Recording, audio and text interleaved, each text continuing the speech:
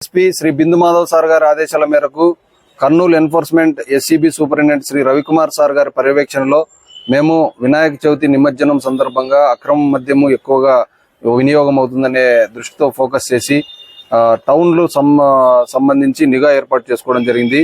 Emmiganur town కు సంబంధించి ఒక వ్యక్తి దత్తాత్రేయ అనేటటువంటి వ్యక్తి ఎన్టీఆర్ కాలనీకి చెందినటువంటి వ్యక్తి అక్రమ మద్యాన్ని మన సోగనూరు రోడ్ లో డంప్ చేసి పెట్టుకుంటే అతని నుంచి 8 బాక్సుల మద్యాన్ని స్వాధీనం చేసుకోవడం జరిగింది.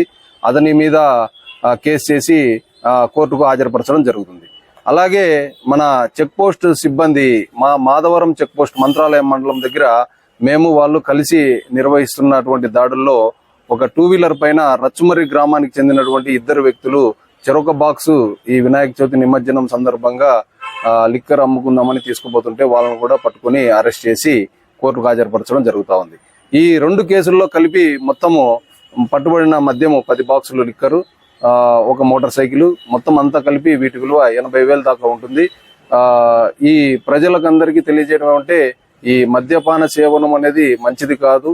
అది వీలైనంత తక్కువగా తీసుకొని కార్యక్రమాన్ని ఏదైతే ఉందో అది చేసుకున్న పండుగలాగా బాగుంటుంది. కానీ ఇట్లా అక్రమ మద్యము ఇట్లాంటి వాటిది మాత్రం ఎట్టి పరిస్థితుల్లో సహించేది లేదు. తప్పకుండా కఠిన చర్యలు తీసుకుంటామని మీడియా ముఖంగా తెలియజేస్తున్నాము. ఈ దాడిలో పాల్గొన్న వారికి సిబ్బందికి నేను హృదయపూర్వకంగా కృతజ్ఞతలు తెలియజేస్తున్నాను. నా పేరు భార్గవరెడ్డి, సిఐ, ఎస్సీబీ, ఎమ్మిగనూరు.